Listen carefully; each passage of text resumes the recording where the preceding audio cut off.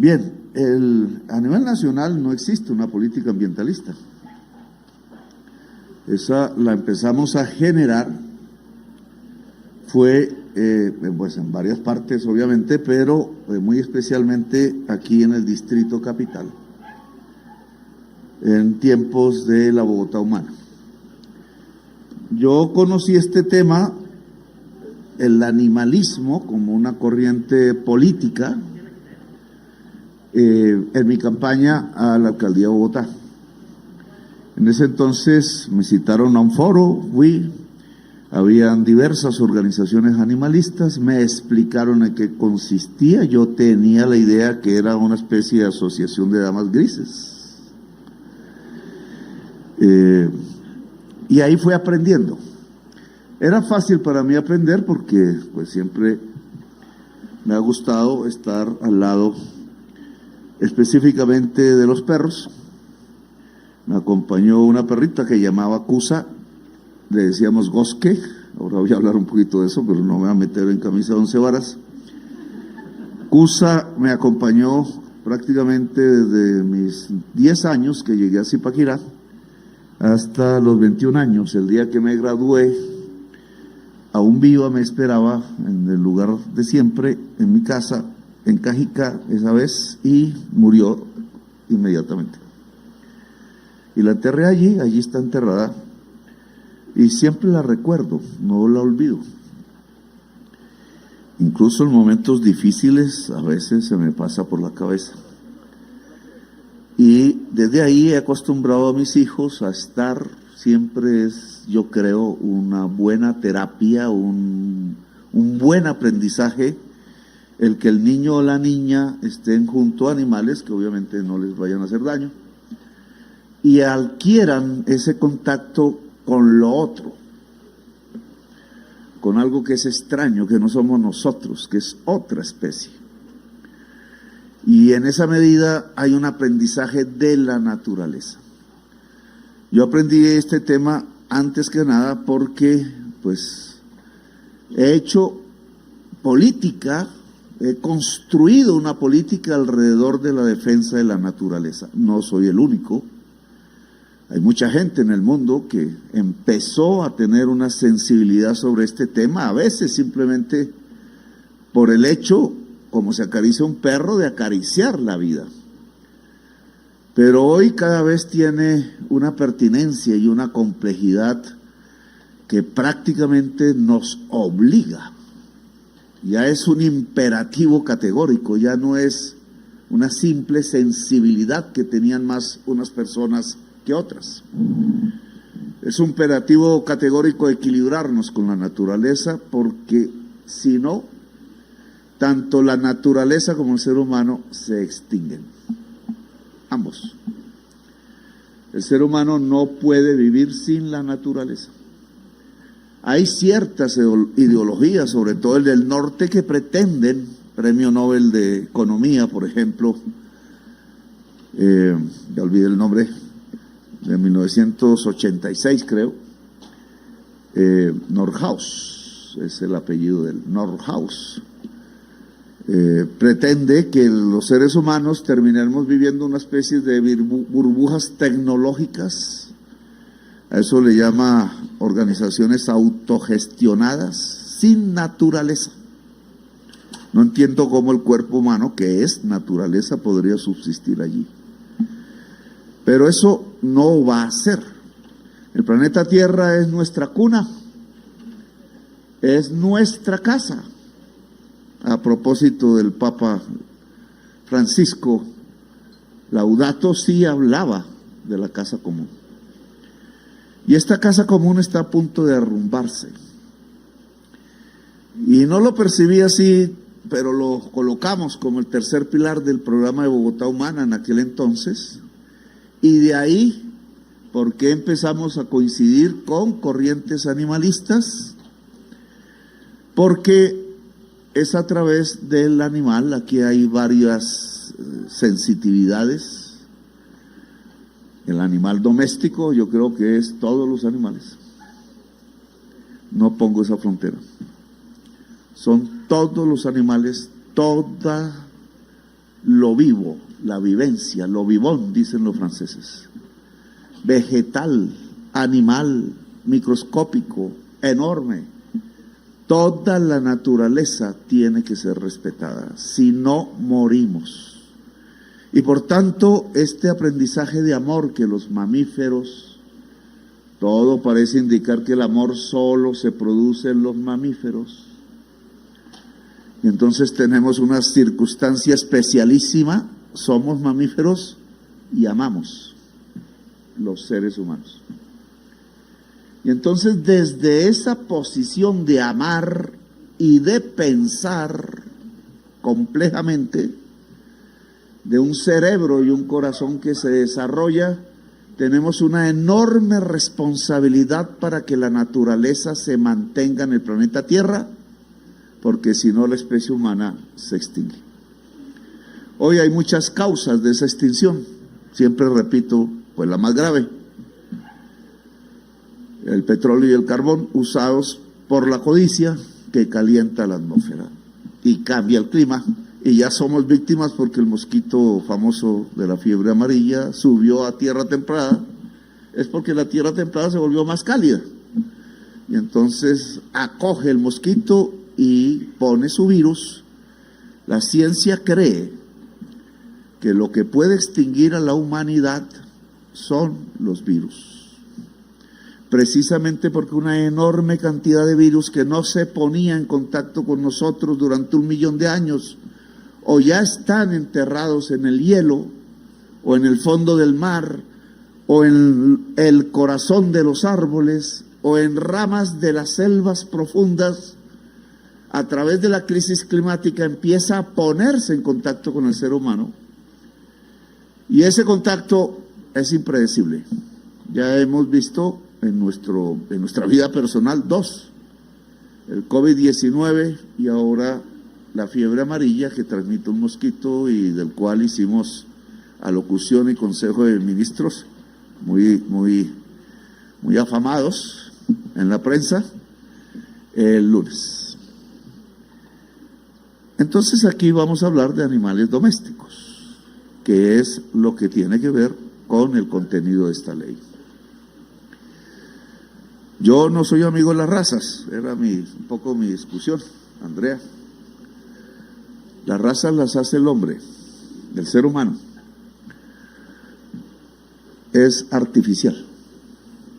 La especie se llama perro y tiende a cruzarse naturalmente. Es decir, si se cruzara en algún tiempo habría una figura de perro promedio en todo el mundo, pero no quiero meterme en ese tema. Lo que quiero es traerlo a cuento porque los seres humanos también construyen razas sobre sí mismos. Y es igualmente artificial, pero muchísimo más peligroso que en los animales, los gatos, los perros, las gallinas, los caballos, etc. Cuando nosotros construimos razas en nuestra mente, en nuestra ideología, damos un paso hacia el holocausto y el genocidio. Porque de pensar que existen razas en la humanidad, tendemos a pensar que unas son superiores y otras son inferiores. Y la raza superior cree que tiene el derecho de humillar a las razas inferiores, de vulnerar sus derechos, de esclavizarlas, como pasó en nuestra historia, y de extinguirlas en holocaustos o genocidios. Por eso la palabra raza tenemos que aislarla de nuestros himnos. Le pediría al gobernador de Antioquia que hagamos ese esfuerzo. Yo sé que me van a contestar, pero las razas no existen. Existen diversas tonalidades de piel. El cerebro es igual para hombres y mujeres y para cualquier tipo de piel. Y mientras el cerebro sea igual, hay una especie que se llama humanidad. Todavía falta hacer el himno de la humanidad. Yo creo que es toda la cultura en conjugación. Pues bien, esta humanidad debe amar a la naturaleza a los animales. Nosotros somos descendientes étnicos de latinos parcialmente, por hace 5 siglos, descendientes del Imperio Romano.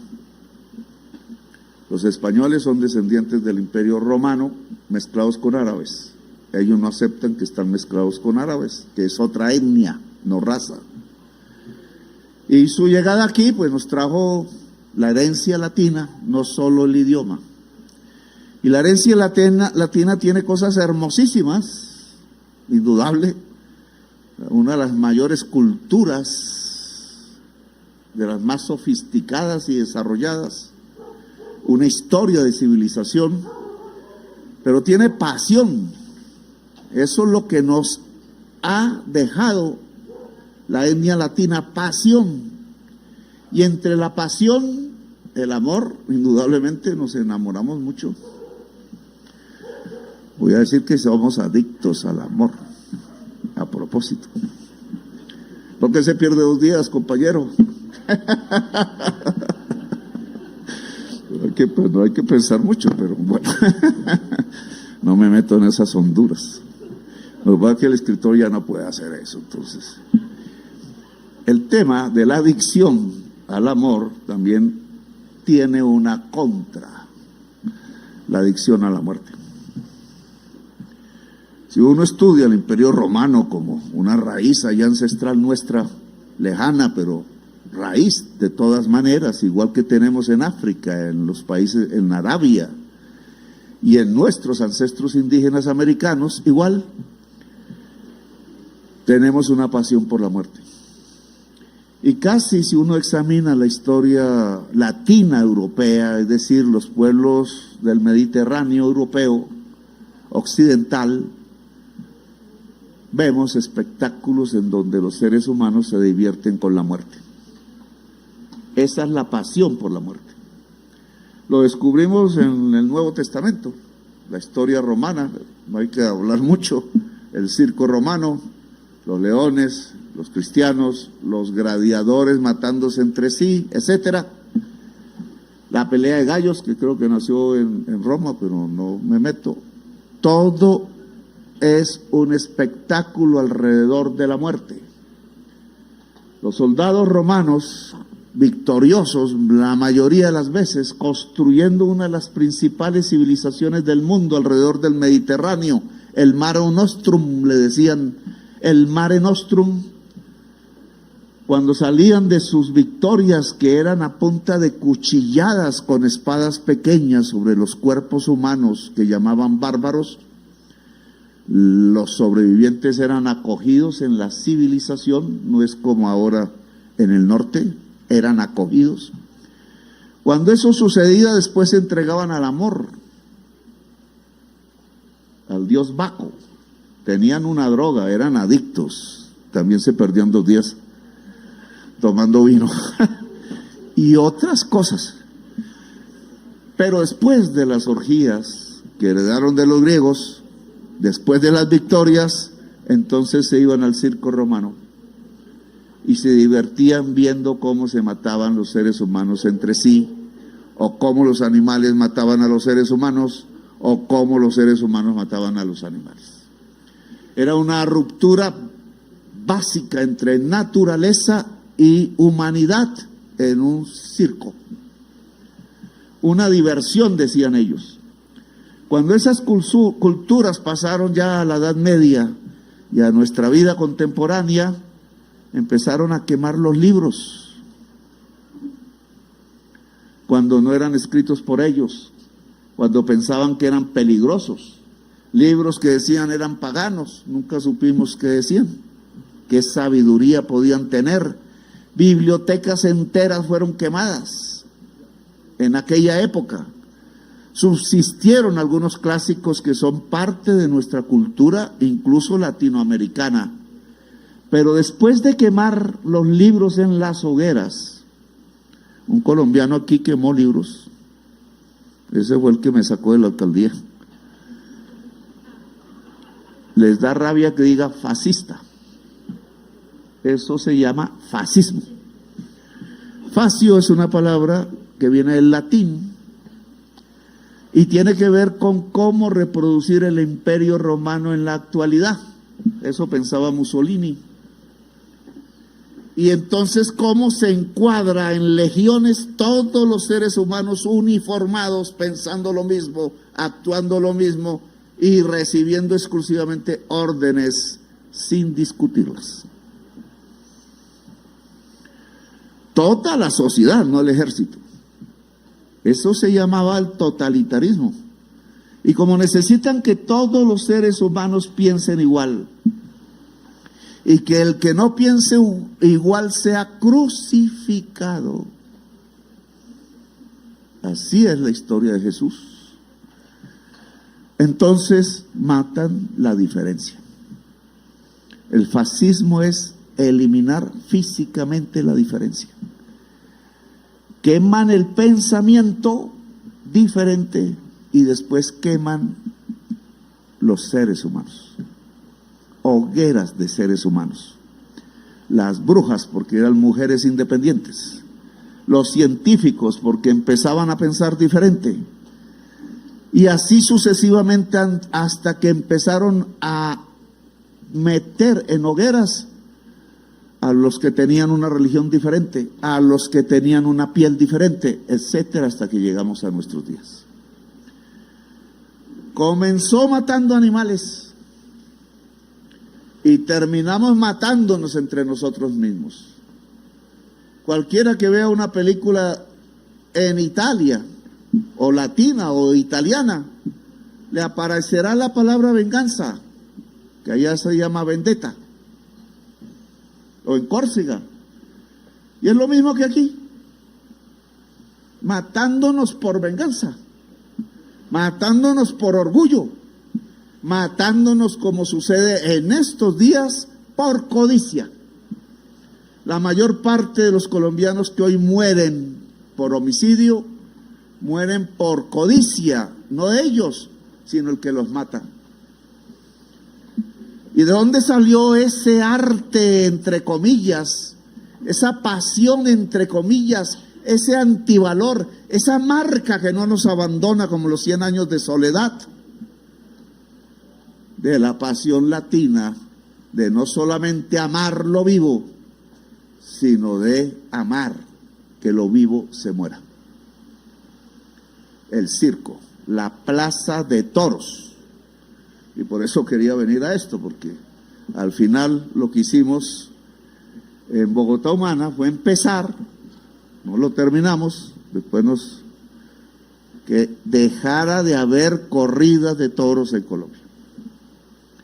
No había ley, entonces nos fregaban, entonces había un magistrado, como siempre me pasa, magistrado que le gustaban los toros, y entonces buscó a través de fallos cómo acorralarme para que yo mismo presidiera una corrida de toros aquí en la Plaza de la Santa María.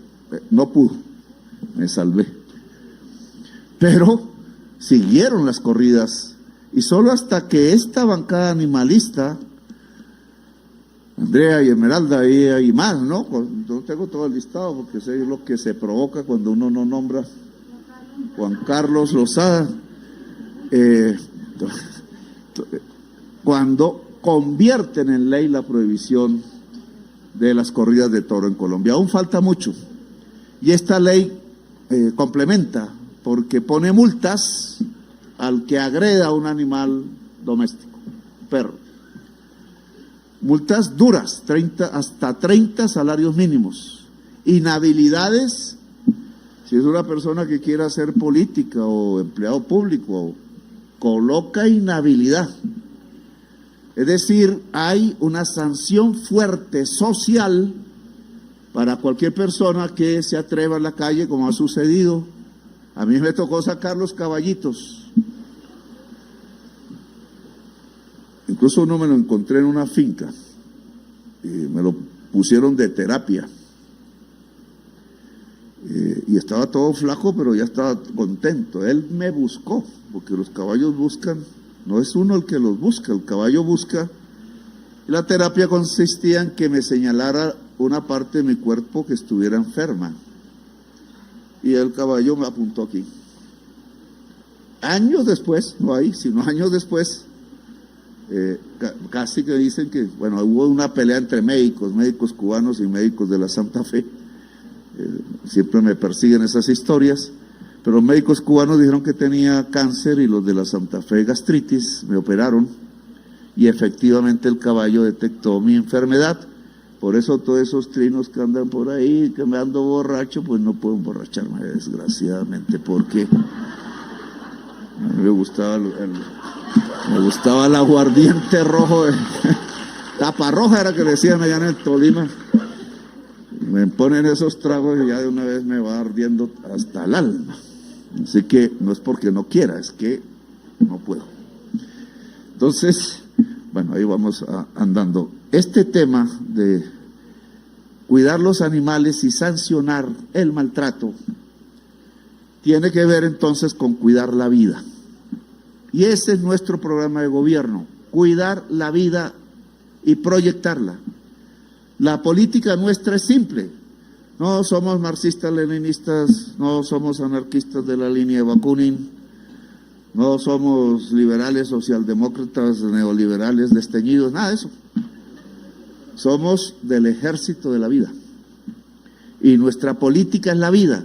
Y en el siglo XXI, cada vez más lo van a ver día tras día, la política se va a dividir en dos. Las corrientes que van por la política de la vida y las corrientes que van por la política de la muerte. Pueden coger el Congreso de la República ustedes y hacer el ejercicio. Deberíamos hacerlo, Benedetti. Entonces, ¿qué congresista apunta a políticas de la vida? ¿Qué congresistas apunta a política de la muerte? Ahí ya hay un consejo electoral. Jamás voten por políticos que apunten a la muerte. Voten siempre por políticos que apunten a la vida, porque este siglo XXI se define si es la vida o es la muerte. Estamos en los días de vida o muerte. Y en esa medida este proyecto de ley, y no los aburro más, va como un proyecto por la vida, y los electores en el Congreso de este proyecto de ley, que son congresistas de la vida. Gracias, muy amable por haberme escuchado. Muchas gracias, señor presidente. Amar la naturaleza, amar a los animales, cuidar la vida. Con ese mensaje damos por finalizado el presente acto de promulgación y socialización de la ley Ángel y la ley Lorenzo. Muchísimas gracias.